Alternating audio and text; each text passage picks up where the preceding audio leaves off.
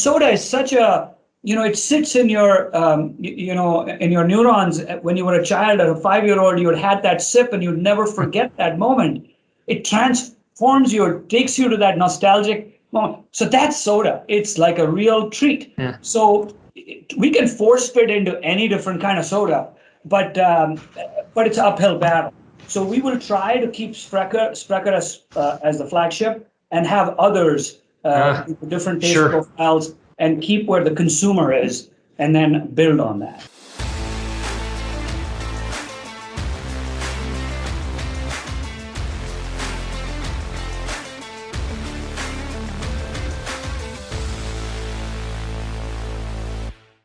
Hey, everybody, and welcome back to Over A Pint, the podcast that puts the focus on the fast-paced world of marketing told through the eyes of industry veterans. We want to get into real-world practical insights here, not a lot of theory at all. Today, returning to the microphone is Mr. BrianM. Brian is president of Celtic Advertising. Also joining in is Mr. Kurtl, vice president of Celtic Advertising. Celtic is a full-service agency located in Milwaukee's historic 3rd Ward. And myself, Pat McGovern, director of new business development at Acedia, an award-winning digital agency, also located here in Milwaukee. Guys, got to tell you, super excited about this show. Today, we have on the CEO of Sprecher Brewing, Mr. Sharad Chadha.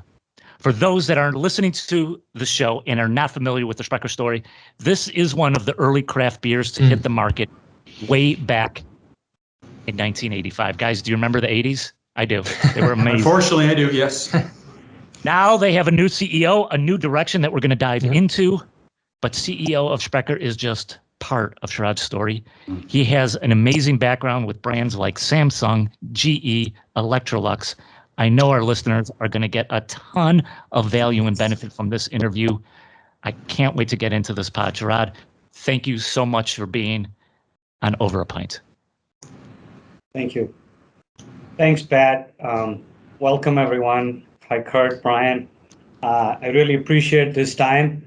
I'm excited to be on your show or the podcast, Over A Pint. As you can see in front of me are 6 different kinds of beers and sodas.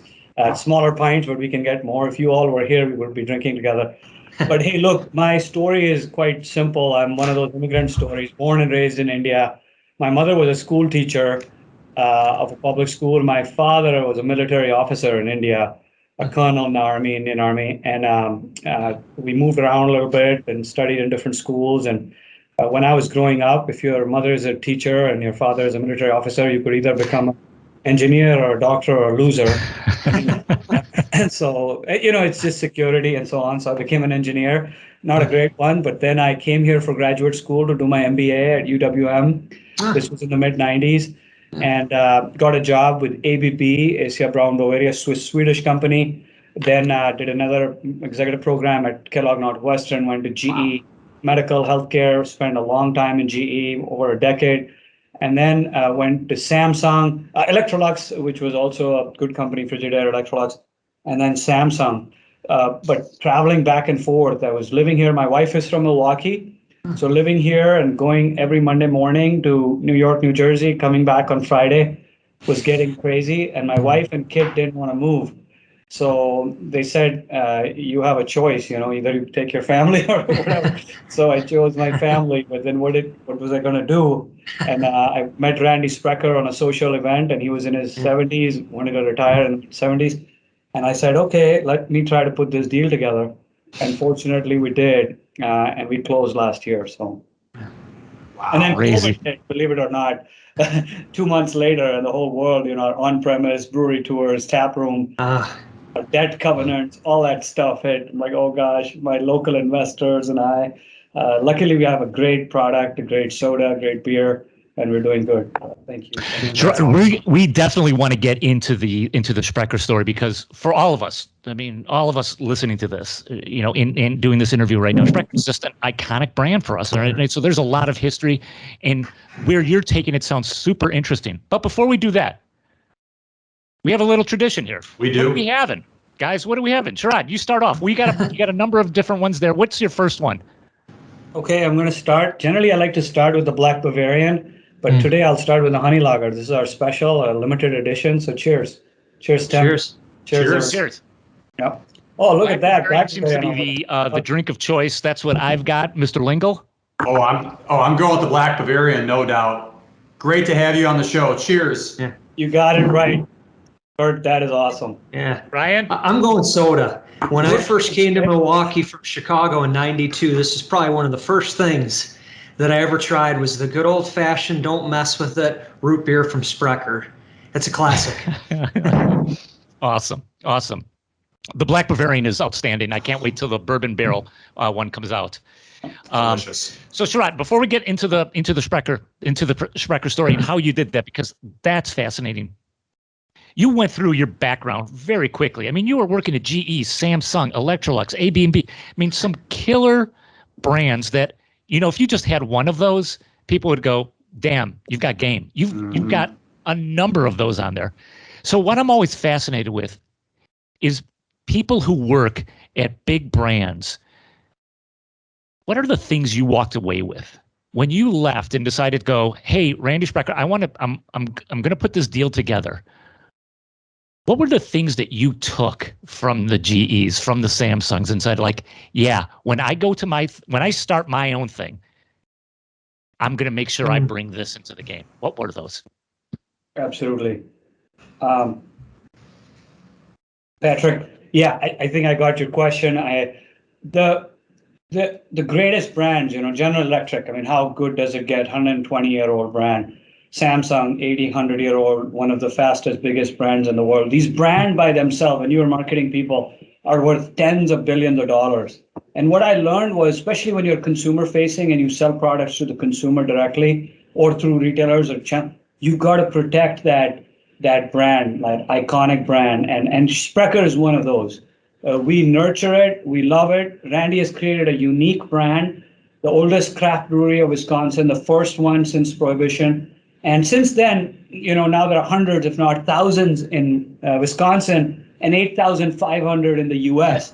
So the craft beer market has become highly competitive and the brands have diluted themselves or become too many.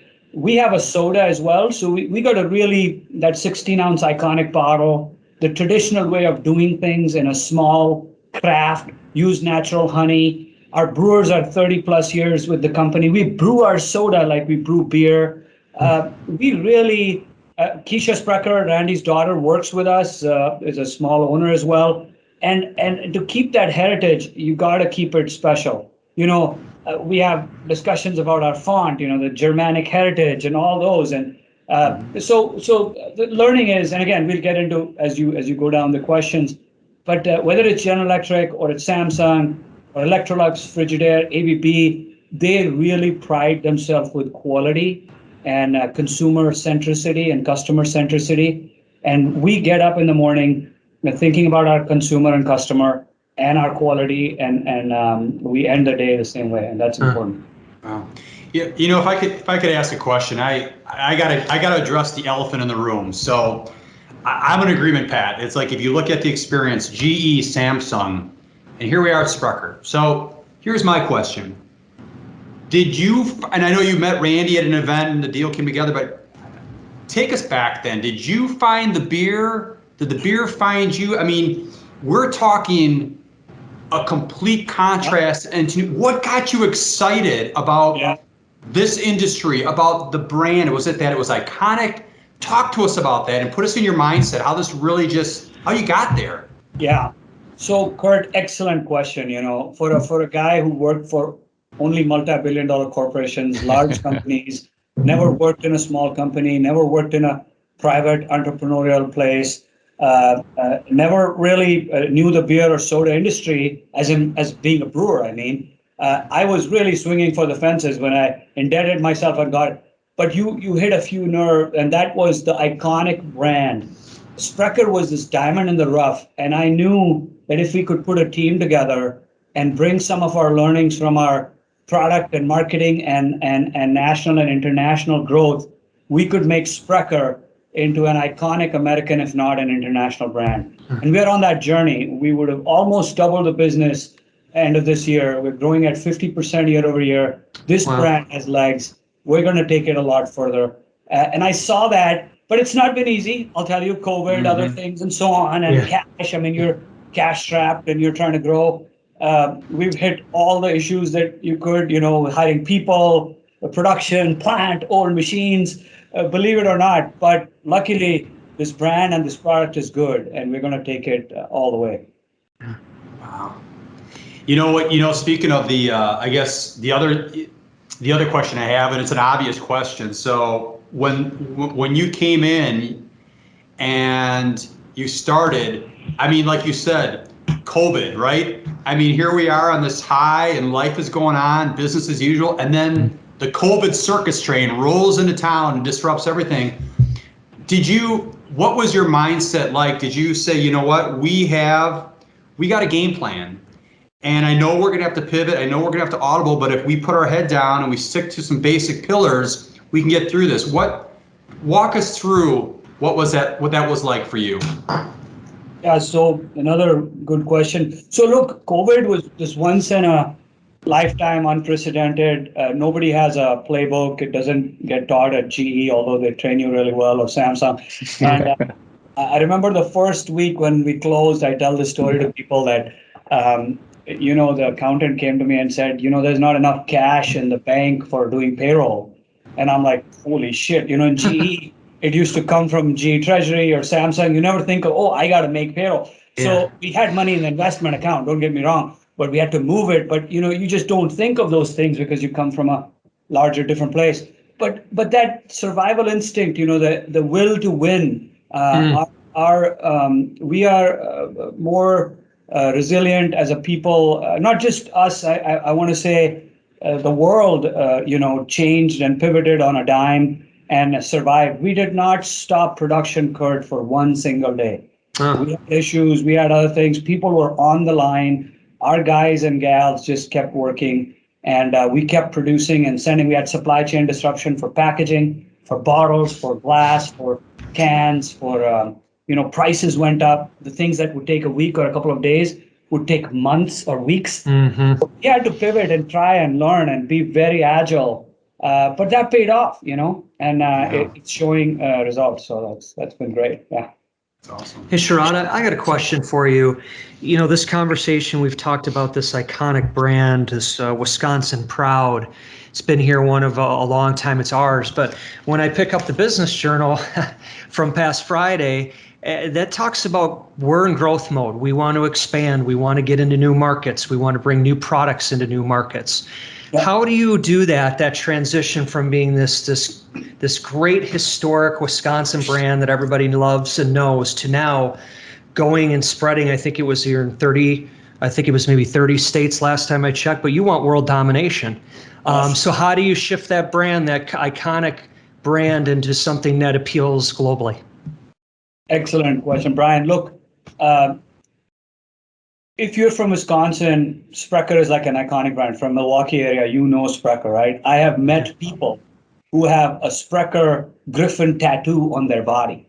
I mean, imagine that. So it doesn't get more personal and more endearing. Yeah. Right. I've not seen a G meatball on anyone's body. So that's the kind of. However, we have transformed and adapted and changed and grown from a craft beer company to now primarily a craft soda company. And if you go outside Wisconsin, many of them who know us as a root beer company, and others may not know us at all. When I talk to a retailer or a distributor, and craft soda market is much bigger than the craft beer or beer market in general. Any occasion you can have male or female, children, adults, older people. It's an indulgent, it's a treat, it's a simple, easy treat that anyone can afford, a soda, right? So when we went to the market, they said, you're a one-trick pony. You have a great root beer and some other great craft sodas and a great brand. But what about for the different palettes, for the different price? I mean, you're marketers. You need to have a good, better, and best, We want to be a craft category captain, a beverage icon of America. To do that, and internationally, hopefully one day, do that, you need to have an entry-level price point. Green River gets us into this very cult-like following. St. Patrick's Day, coloring the river green, Chicago. I had people reach out to me on LinkedIn, Brian and others, and they said, oh my God, my husband and I used to drink it when we were a kid. It's nostalgic. It takes me down memory lane. Just like I have for Sprecher, somebody has it for Green River. Black Bear, a great Wisconsin brand, went under, that's ours now in the portfolio. WBC, which was actually a Goose Island brewery, that got sold to Anheuser-Busch, but their soda got sold to WBC. That's another iconic. So I think if we can create imagine a shelf set in a grocery store or even a convenience store, we could have just one little a section or one little 4-pack or a 6-pack, or we could say, hey, look, just like the big Cokes and Pepsis and Dr. Peppers do, we can run the entire section for them and say, I have a good, better, and best. Not only that, I'll help you maximize that shelf space and your velocity. Brilliant. And I have that. So it's going to be difficult managing multiple brands at our size and multiple. Luckily, they did not come with any hard assets like factories and plants. It was all co-packed. So much of it will be manufactured right here in our plant in Wisconsin. Okay. Wow. But others, we could do it at other places. So good. Yeah, hopefully. But that's the plan. But you know how it is, small companies. Well, I like what you're saying is authenticity sells anywhere. Really, it's just not a Wisconsin thing. If you come in and you're real and deliver a great product at the price points that are going to work for the retailer, you got a shot anywhere, basically. So Sharad, when you this theory that you just gave us, this idea, this focus, right? Was that baked into your plans day one, or did that evolve? So, that's what another learning in a small company. And as I said, we've almost doubled the workforce since we came. We've tried to take care of everyone. We had an idea that our craft soda was a much stronger play and had legs to go national, if not international.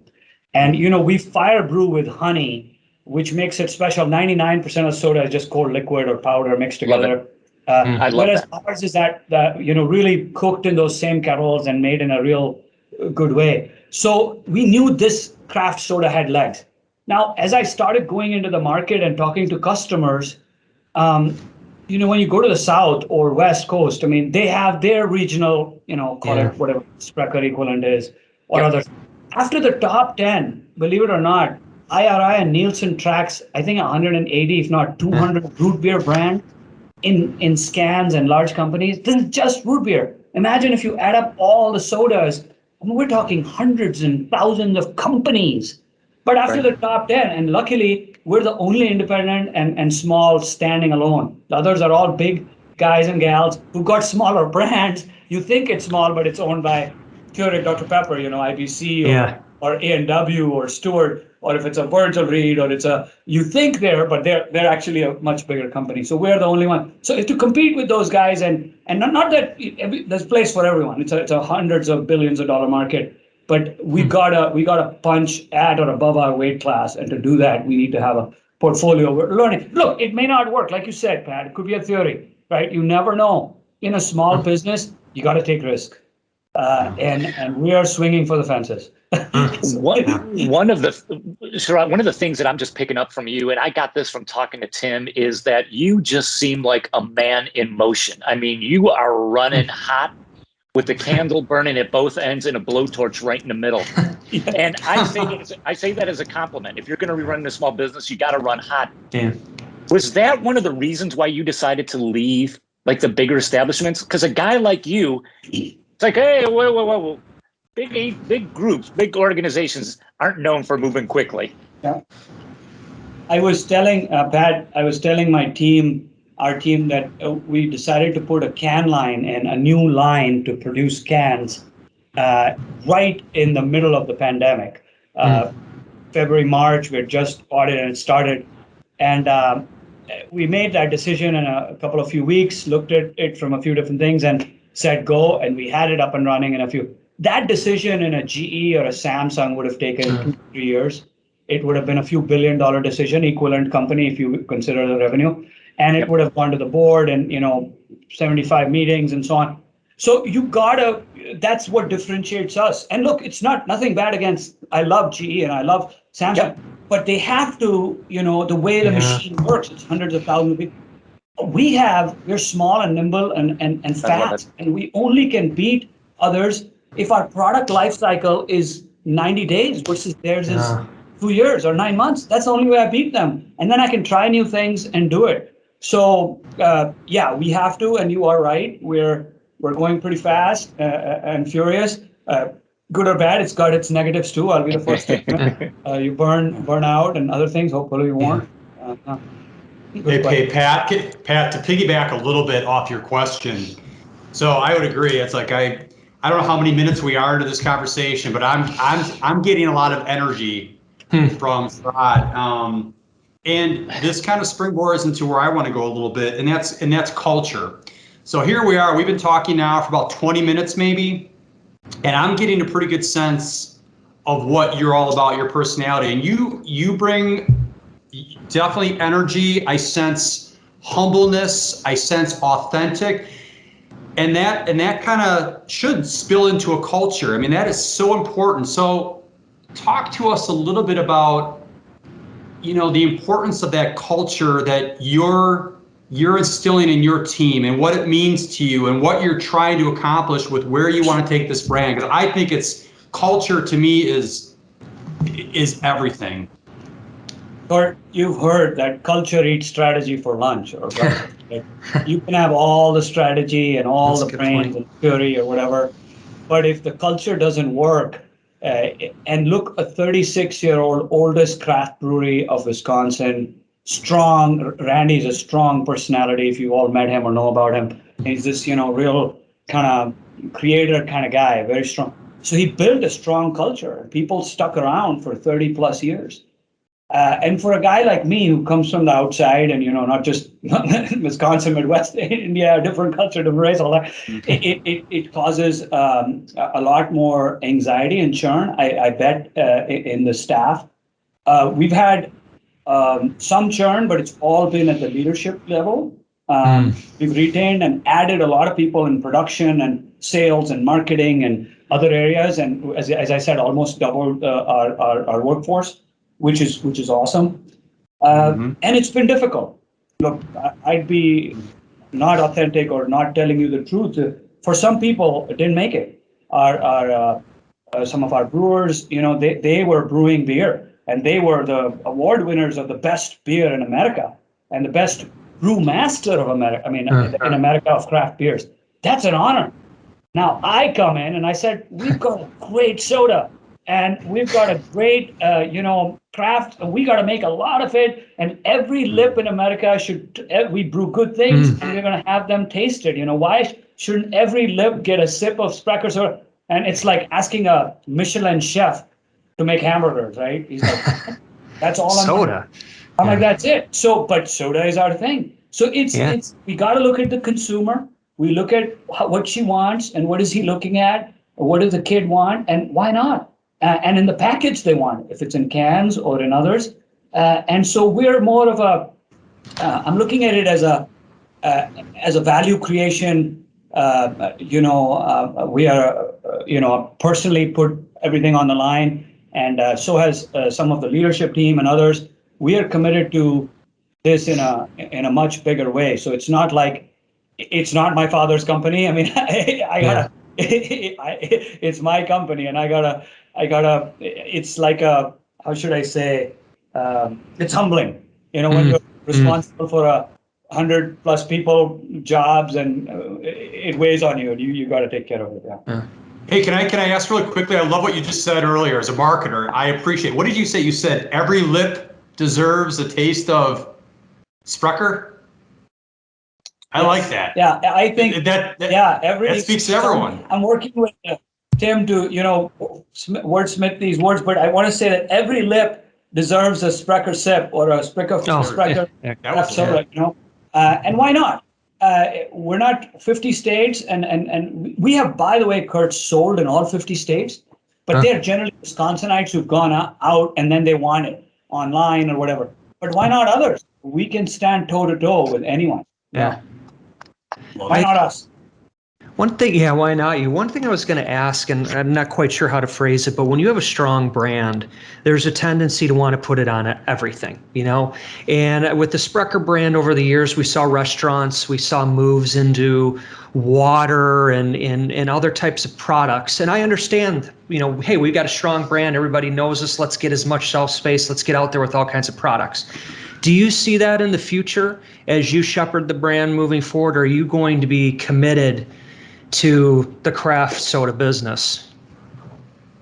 Brian, shepherd is a good word. I look at myself as a shepherd of the team, of the shareholders, of the brand. And a brand, as you know, is a very special, nebulous thing, but it has a lot of equity and it has a lot of strength. You have to do it right. We did, as a growing up craft, 36-year history, we've got fire trucks and engines, and we do restaurants and bars and tap, and you can do that. But then, what are you? Are you a beer company? Are you a soda company? Are you a branded logos with T-shirts and hats? So we consider ourselves as a beverage and essentially a craft beverage company, which means soda is essentially. Now, I'm not saying other things are not in our future, but that's the core. But also understand, Sprecher has a very Germanic sort of heritage, whatever reason, because of the brewing process, which was very German. The thing is, a person who might like Italian soda may not consider Sprecher. You see what I mean? But and soda is such a, it sits in your, in your neurons. When you were a child or a 5-year-old, you had that sip and you'd never forget that moment. It transforms you, it takes you to that nostalgic moment. So that's soda. It's like a real treat. Yeah. So we can force fit into any different kind of soda, but it's an uphill battle. So we will try to keep Sprecher as the flagship and have others with different taste profiles and keep where the consumer is and then build on that. Hey, Sharad, I thought you said you got a degree in engineering. You're talking all about marketing. What happened? How did you come across? How did you go make the pivot from being an engineer to a marketer? That's a good question. As I told you, I wasn't a great engineer by any means, but it gives you an analytical thinking.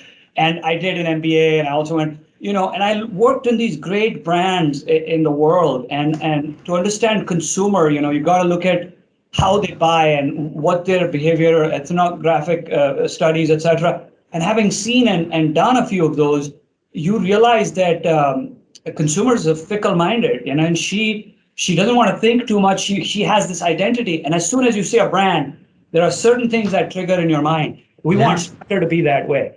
When she's going down the aisle or they look at it and they pick it up without, why? Because it stands for something. It has to be that clear and simple. And we lost some of that, and we might, waver, where we got to get back. So it's key. Branding, marketing is the soul, is the core of the quality. Yeah. We had the, I'm trying to think, back in spring, we had the beat reporter who covers beer in the Milwaukee. Was it the Biz Journal? I believe it was. Mm-hmm. We had them on. And I'll tell you, we talked a lot about just how competitive the craft industry, the beer industry is, not just here in Milwaukee, not just in Wisconsin, but everywhere. Now, what's interesting is, you are able to house a couple of very key, I'm trying to think of the word. You've got the equity in the beer because you're known, but you got the equity in the soda, which is very unique. Very unique. Looking at the industry, I mean, is that definitely? Are there a lot of competitors out there that can say the same thing? Where it's like, we're known, we've got equity in beer, but we also have equity in soda. Is that a differentiator for you compared to some of your competitors? It is. So look, when we talk to a buyer in a Target or a Kroger or Whole Foods, etc., not a lot of people can say we brew it in the same tradition as beer is brewed, and that cooking, that caramelization of the honey in the same fire, brewed with direct fire that our kettles have. And that caramelization is what makes it different. So it gives us street cred, if you will, and heritage. It also probably hurts us a little bit. The local consumer know us as, but as you go out further, you want to be clear that I'm a craft soda, and you're in Colorado or Texas or whatever, because there's a lot of craft beer. So you want to be a craft beer company, and then you're trying to sell soda. So it might confuse the customer too. So we want to, at least as we expand geographically, nationally, we'd move forward with our craft soda brands, and then regionally probably the beer. And yeah. You know what's kind of cool about Sprecher? You talk about iconic. I have this memory as a kid. One of the benefits that Sprecher always had was, I always remember, as you're going 43 to the left, if you're going north, there would be the Sprecher building. You could see the Sprecher sign. And you know what? Talk about an intangible benefit. Not everyone has the benefit of just being off of the freeway when thousands of eyes are constantly going by. But in my mind, as a little kid, I always remember there was Sprecher. You see it right to the left by the river as you're coming into Glendale. Boy, it sticks out. And we're trying to fix that and work with the city and the town to give us some variances to make it nicer. It's kind of old and dated now, but we are so lucky that it was grandfathered in. Not everybody gets it. And just that makes a difference, And as you said, people have grown up with this brand in Wisconsin, and why not others get a taste of it? So good. Sharad, what I want to ask you is a little bit about the way you approach business, and get under the hood with that a little. Where I want to go is, you've got a lot of irons in the fire, right? Yeah. How do you go about prioritizing? Where do you say, this is where I need to spend my time for this period of time? Then I'm going to go here. How do you look at that overall picture and say, this is where I'm going to be putting my focus. This is where I could help out the team the best. Yeah. So look, that is probably the hardest thing. This is my first job as a CEO. Yes, of a small company, first entrepreneurial venture. So a lot of firsts. That makes it harder, right? I can't say, I've done it 7 times or I've been there, done that. You drop on your experiences, and the hardest thing and the main job that a CEO has is to pick the right people, and then resource allocation. Where do you put money? You have to buy things. I could spend, $10 million, new bottle line, new can line, new advertising, new this. What is going to, so I have we are solving for growth right now. I would say 75 to 80% of our focus is growth, and then 25 on the profitability. Very different from the last regime. It was almost exactly opposite, right? Sure. So when we're solving, if people are lost, our North Star is, hey, the leadership team and everybody in the company gets bonused on the same metric, 75% on growth, revenue, growth of the company, and 25% on. So that helps clarify a little bit. It's hard, Pat. I struggle with that. I look at my calendar, try to see where did I spend my time. Like last week, the machine was down, right? The filler. That's the heart of the operation. I'm not a production guy, but I've learned enough. Said you're not a marketer, but you got to do everything. You're the super, and you're the guy trying to raise money. So you got to do a little bit, and you got to know enough to ask the right questions. We've assembled a team, I think, that is bar none. Companies much bigger than us cannot say that. We've got people, senior leaders from Coca-Cola, Anheuser-Busch, officer of the company, Miller Brewing Company, Kraft, folks. Tim came from Marquette. There are people from, to assemble that kind of team for our little company, it tells you something about we're doing something cool and now it's hard. It's not easy. It's not for everyone. We're like a 36-year-old startup. So how spending time is the hardest thing, and it changes. It varies, but I solve for growth first, and then profitability, and all the investment decisions, all the people decisions go through that lens. Yeah. Sharad, and Tim mentioned this too, that you are bringing on some interesting people to the organization.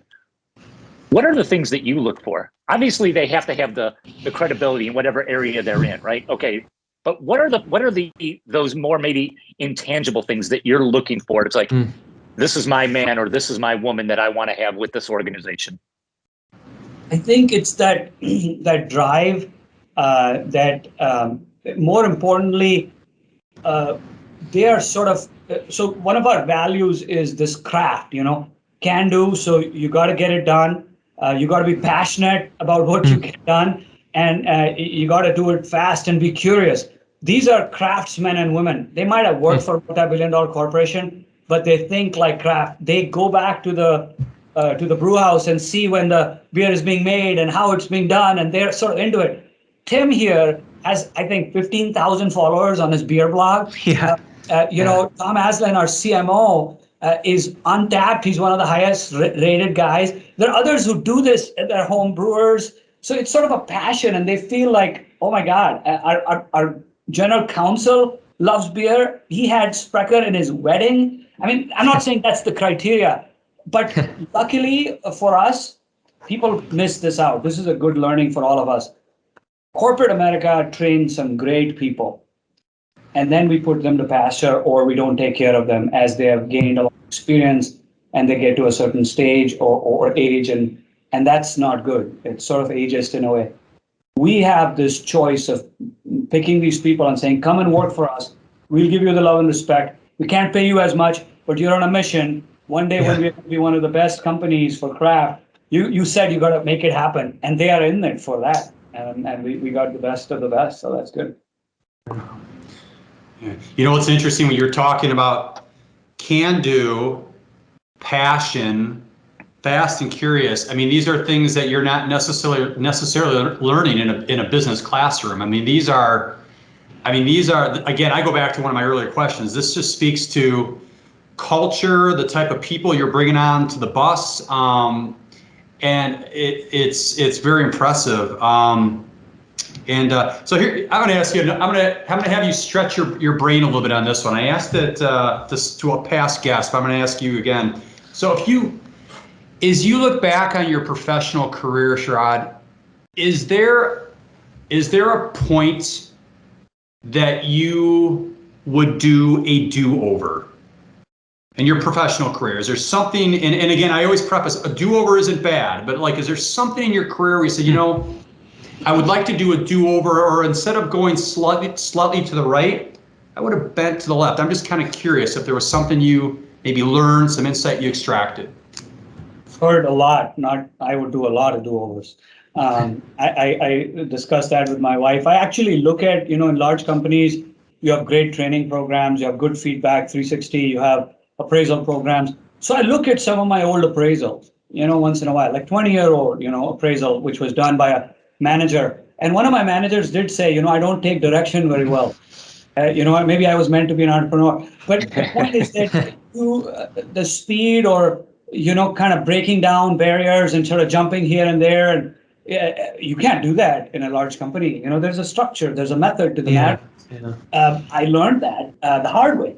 So if I had to do it again, of course I'd do it differently. The cultural aspect of, different the background where you come from makes a difference. The way you approach a problem. The only thing that I would keep is come with a curious mind, be humble, ask a lot of questions, be loyal and give back 110% to your employees and to your employer, to your bosses. And if you have those things, look, I rose through the ranks and did quite well and all as executive at GE or Electrolux or Samsung at one of the top leadership. However, I made lots of mistakes, and I would definitely. Some of them are, be a little contemplative, slow down to go fast. Yeah. Think about all the different things, what you don't know, learn. Ask questions. Yeah.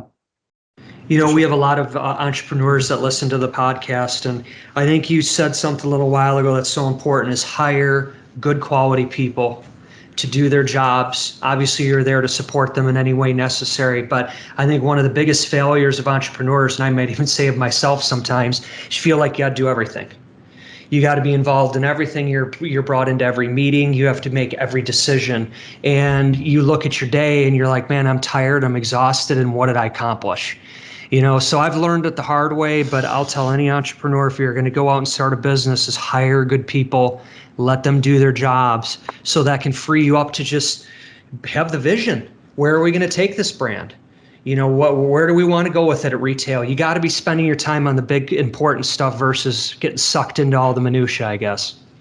Absolutely, Brian. That now it's hard because what I learned was that every decision kind of stops at you, right? So people want to come to you, and but what I have to do is try to be that coach where I say, you got to not just bring me a problem, but try to bring me a solution. And you can ask me right or left, or take fork what side you want to go. I can help you do that. But if I have to help you come up with a solution, then we're not getting the best out of your experience and all. You know what I mean? And most get it. Yep. Now it's hard. Look, it's a big change for the hardest thing I've found is people who come from big companies, and some made it and some couldn't make it.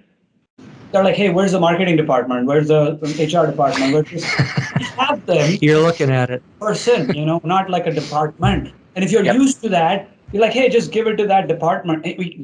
That's but if you have people only from small companies, which we've also done, or they don't know what big is or how it could be, So that's the fine balance, and that's the struggle every day. Yeah. So Sharad, as we begin to land this plane, let's fast forward a little bit here. Paint for us the picture of Sprecher in the future as you see it. Like blue ocean, this thing. Where are you at come 5-10 years from now and saying, yeah, if we get to this point or we get close to these points, I would consider this a success. Where does that future look like? I answered that question in a few different ways. For our leadership team, for us, we have to have a clear goal and know where we're going. Otherwise, we get lost. We want to be a national craft beverage company.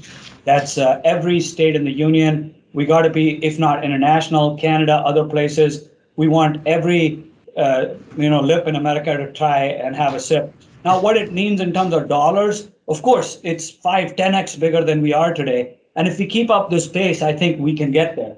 I also look at it from a people standpoint. We have to be a multi-plant and multi-state manufacturing / co-packing facilities. We have to be a few thousand people, tens, if not hundreds of millions of revenue. So there are lots of ways to answer it. But what drives some people here, our brewers and our craft people, is that they get to see when they travel for vacation to Arizona with their kids in their car, like, oh, that's my company. I made that. A guy recently went down south to see his father, and and he saw somewhere, and he just talks about it like it's his. It's such a I made that. It's me. And that's a unique feeling. So it's for an investor, of course, it's their return and so on. But hey, look, one day if we're big enough, we see our competitors who are a little bit bigger or a little bit our size have gone public and have done great. And some are not doing that great in terms of margin, but are still going, and their stock is worth crazy high. So who knows? All that is a possibility. Yep. Hey, Pat. I like how you said that before we land the plane. I want to ask maybe one of my final questions on a personal side.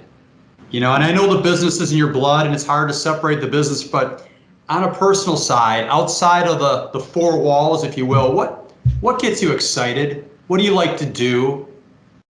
What are your passions outside of the business? So, Kurt, my passion used to be, I used to, I'm a political junkie. I used to read the news, talk to people, debate and converse, and really get on with those things and read and stuff like that, and spend time with my son. Since last year, becoming an entrepreneur, it has changed. So my primary focus has become the company and Sprecher and how to expand it. And it weighs on me how to, two people in our company bought their first homes in their late 40s. And they had never bought a home. They were renting always. They make modest wages. And we help them as a company. But that weighs on me. So, of course, that is now things could go bad. And we could make some bad decisions, luck. Things could turn and not work out too. But right now, I wish I had time to play golf and have fun So all I do is this, but it's the first 18 months, maybe years from now, ask me, maybe I'll be sailing on Lake Michigan or something like that. I do go once in a while, spend time with my in-laws and my wife's family who live on Lake Michigan and go out on the boat or fish or something, but not too often. Yeah. Sharad, I really get the sense of authenticity with you. I really get the sense that you look at this role as not just something for you, but something that is impacting a lot of people. I really applaud you. You're just I knew this was going to be cool. This is just such a pleasure meeting you and just your whole philosophy and outlook. I know I'm speaking for both Brian and Kurt when I say good luck with everything, man. We really hope that everything comes together for you and the entire team.